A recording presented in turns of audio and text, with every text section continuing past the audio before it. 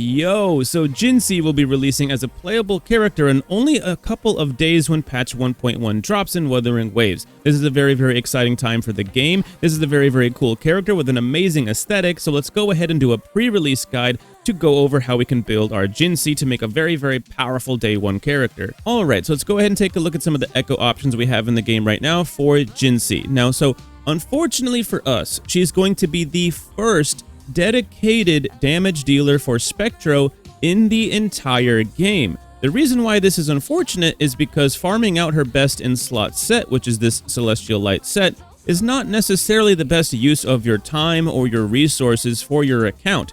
You're not really going to be able to use this set on anybody else, at least right now. And so it might be better to farm something else like the Lingering Tune set, because you can use this on literally every single other DPS character in the game right now, because they all scale off of attack except for one character. Literally everybody else uses this set if they wanted to. It's their secondary set they could use. Now, of course, the Celestial Light set is her best in slot, so we will go over it briefly. The Spectro damage bonus is 10% static with the 2-piece set, and she has the 5-piece Sonata effect for the Spectro damage plus 30% for 15 seconds after releasing her intro skills. Obviously, this is her best in slot set, and this right here is the 4-cost echo that you would be able to farm currently in the game right now. However, I wouldn't spend too much time farming this Morning X right now, because we have already been confirmed to be getting a new 4-cost echo for her in the form of a new boss. It's going to be Jinzhou. This is going to be the new dude that you're going to want to farm for her if you are using the Celestial Light set. This dude is going to be a Spectro damage dealing echo, and you're definitely going to want to pick this guy up if you're running her best in slot set. For instance, look at how cool this guy is. I mean, it's really hard to pass up on using this set when look at this guy. I mean, he looks so gosh darn cool. However, like I said, it's not the best usage of your time or resources in the early stages of the game, so you might want to consider using the Lingering Tune set, attack bonus of 10%, and while on the field, attack increases by 5% every 1.5 seconds. This effect stacks up to 4 times, and the outro skill damage is plus 60%, which is really solid. And again, you can use this setup on literally any other DPS character in the game right now, except for one dude. And that dude is Yanwu, because for some reason, Homeboy scales off of defense.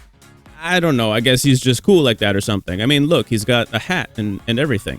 Anyways, we're going to be using Yang as a placeholder because Jinhsi is not actually in the game right now, so bear with me. Now, obviously, this is the Celestial Light set. These are just placeholder echoes, so, you know, bear with me. This is a 5-piece Sonata effect, so let's go ahead and take a look at some echoes here. Now, the Morning X is the one that you can use right now. However, like I was saying before, Jinzhou will be releasing in the game, so you're going to want to use Jinzhou as the main echo for the Celestial Light set whenever he does come out, and that's going to be in only a couple of days from now. So definitely use him instead of the Morning X. However, if you have a Morning X with incredibly amazing stats, then you may want to use that as a placeholder for the time being. You're going to want crit rate or crit damage, depending on what you might need, but crit rate is usually more valuable in this game because this game gives you 150% crit damage right off of the rip, so crit rate is usually the one to go for. Now, as far as your 3-cost echoes are concerned, you definitely want to go with Spectro damage every single time for both of the echoes. You could use attack percent if you had nothing else to use, but I wouldn't necessarily level this up beyond maybe like 10 or 15 because you're going to want to use a Spectro damage piece for both of these. If you're running 4-4-1-1-1, obviously you're going to want to go with crit rate or crit damage depending on what you need for both echoes.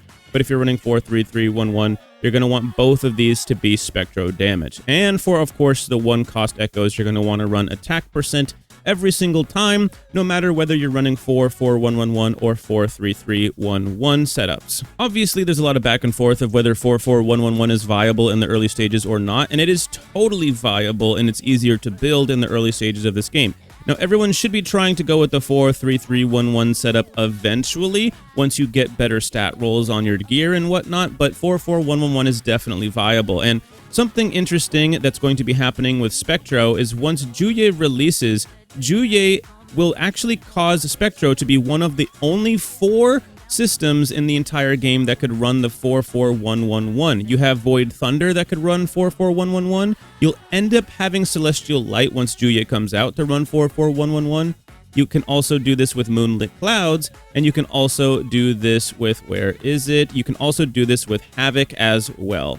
Now, as far as these substats are concerned, you're going to obviously want to go, I believe, in this order for crit rate, crit damage, attack percent, basic attack damage, resonance liberation damage, and resonance skill damage. Now, crit rate and crit damage obviously go hand in hand, and they're incredibly powerful on builds, and attack percent is also incredibly strong as well.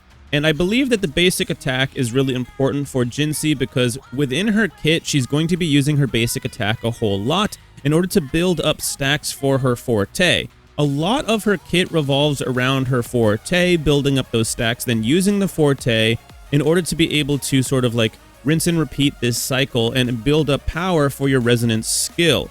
But the reason why I put the resonance skill behind the resonance liberation damage, even though the skill is going to be used a lot, is because the resonance liberation damage from Jinhsi is going to be really, really strong. Her resonance liberation, aka her burst or her ultimate, whatever you might want to call it, it's called the resonance liberation in this game, that is going to be very, very powerful. Now, depending on the mobs or whatever that you're going to be fighting, you want to build up this resonance liberation and definitely use it on like a boss enemy or something like that because it's going to be dealing a ton of damage. And it's going to come out, deal a whole bunch right at once like a bomb, and that's kind of like how it works. Kind of like Havoc Rover right now has a very, very powerful liberation damage. That's basically going to be how Jinhsi is too. Her resonance liberation is going to be a ton of her damage output, but you are going to be using the basic attack a lot of the time, so I would prioritize that if you can get it. And the resonance skill is also not bad either. Now, obviously, the crit rate, crit damage, and attack percent are more important than the rest, but I would definitely consider basic attack, resonance liberation, and resonance skill in that order when you are looking for other substats beyond the main three. Now, as far as her weapon is concerned, there is going to be a signature weapon for her as usual. So let's go ahead and take a look at that first, and then take a look at the other options we have already in the game. Now, this is going to be her signature weapon here. This is found on the Wuthering Waves official Twitter. They announced this recently. I'll go ahead and link that in the pinned comment and description below in case you wanted to take a look at that for yourself. So this is the weapon right here. It's called the Ages of Harvest, and it's a broad blade. Yes, it's a broad blade. Despite how small Jinhsi is, she is going to be using a massive broad blade, which is hilarious in my opinion. Let's go ahead and take a look at the actual stats, however. So let's go ahead and take a look at this. It has a high attack flat stat of 587 and a crit rate stat of 24.3%, which is huge, dude. Having crit rate on a weapon, or just crit on a weapon in general, is so powerful. And look at this massive flat attack stat of 587. This thing is a monster. But let's go ahead and take a look at the actual passive effects here. Synchronization rank 1, 2, 3, 4, 5. So these will be, I'll just read you guys the max level amount. How about that? It grants 24% attribute damage bonus. Okay. Casting intro skill gives the equipper ageless marking, which grants 48% resonance skill damage bonus for 12 seconds. Casting resonance skill gives the equipper ethereal endowment, which grants 48% resonance skill damage bonus for 12 seconds. This is huge, dude. This does a ton of damage. So her resonance skill damage is going to be really boosted by this weapon, and so she is going to be dealing a ton of damage off of that. So one reason why you might want to actually buff her resonance skill damage like we were talking about earlier. I believe that her liberation is going to be incredibly powerful as well, but I think they didn't want to necessarily lean into the liberation too hard because it's basically already a nuke. It didn't necessarily need the buff. This is going to be able to buff most of her kit that's going to be used most of the time. So I really like this weapon. Really good stat stick and really good effects as well that lean into her kit very heavily. So as you can see here, if you know for a fact you're going to be going for this weapon, you can pre-farm everything you need. It's written right here. And again, I'm going to link this in the pinned comment and description below. Let's go ahead and take a look at some of the other options we have in the game, because not everybody's going to be able to get her signature weapon though. So obviously you have the Verdant Summer here. This is not as good because it doesn't necessarily synergize with her kit super well.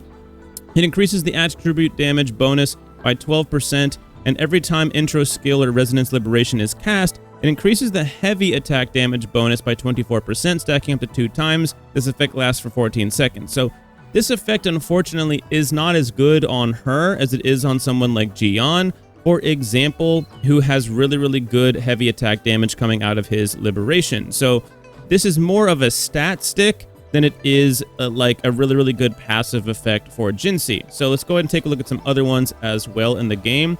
Now we will take a look at the 5-star standard banner weapon because I believe that one's going to be pretty good for her. We have the Helios Cleaver here as a 4-star option. Within 12 seconds after Resonance skill is cast, it increases the attack by 3% for every 2 seconds, stacking up to 4 times. This effect can be triggered 1 time every 12 seconds. When the number of stacks reaches 4, all stacks will be reset within 6 seconds. So this is definitely an option for her, but it doesn't have any crit or anything like that, so it is harder to build the character, I guess you could say. That's the unfortunate problem with some of these attack scaling weapons or attack boosting weapons, is that they aren't quite as good as the crit weapons in many cases. Now let's go ahead and take a look at another option we have here, found in the Pioneer podcast.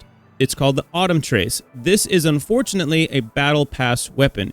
You would basically have to buy the battle pass, which costs $10 in order to be able to get it. That's an unfortunate thing because, you know, it is technically kind of like a paid weapon and it's the only way you can get it. But a lot of people do have the battle pass, so we'll go over it. And take a look at this. It has a flat attack stat and it has a very solid crit rate stat as well. So let's take a look at the other abilities here. I'll put the crit rate on screen and the attack on screen. It increases the attack by 4% upon dealing basic attack damage or heavy attack damage, stacking up to 5 times. This effect lasts for 7 seconds and can be triggered 1 time every 1 second. So this is going to be really good on Jinhsi because she's going to end up wanting to use her basic attack a lot. So this is actually a good stat stick, and the passive works really well with her kit as well. It's not obviously as good as her, you know, signature weapon will be, but this is a very solid option for her. This weapon, though, might be her like second best in slot because of the stats you get from it and because the passive actually does work with her kit. However, I might be wrong about that. I don't know if you guys ended up getting this yet or not, but once you reach level 45 with your union level, you can actually get the Lustrous Razor, and the Lustrous Razor is a very solid 5-star option off of the standard banner. So we have an attack stat and an attack percent stat, and it increases the energy regen by 12.8%, which is good because she can get her liberation faster. And when the Resonance skill is cast, Resonance Liberation damage bonus is increased by 7%, stacking up to 3 times. This effect lasts for 12 seconds. So this is a pretty solid effect. However, it's only going to boost her 1 liberation damage attack. It's not going to be as synergetic as some of her other options like her signature or like the Autumn Trace. However, the attack stats you get from this are insanely strong as well. It does make it harder to build the character because we don't get the crit value that we really want, especially in the earlier stages of the game. So unfortunately, she doesn't have like a ton of incredibly strong options, but that's partly because it's still very early on in the game's lifespan and we don't have some massive amount of weapons to choose from quite yet. However, there are some good options out there for you to be able to use. Now, as far as farming out the things you will need for her Ascension materials and her skill tree, etc., I did put out a pre-farm guide for her not that long ago that you can go check out if you're interested in that. I just decided to keep the videos separate so that it didn't make one of the videos too long. I'll put that in the pinned comment and description below if you're interested in that. Just be aware, there was a placeholder item that we did not know was only a placeholder item when we did make that guide. There's going to be a new Ascension flower that will be releasing with her in patch 1.1 in the new area, so just be aware of that. The Gloom Slow is not actually going to be the item. That was just a placeholder name that they kind of put out that was just in the code of the game for whatever reason. So anyways, let me know if you're going to be pulling for Jinhsi. She seems like a very solid character. I really like her aesthetic. It's top tier. Anyways, I'll see you guys in the next one. Peace out.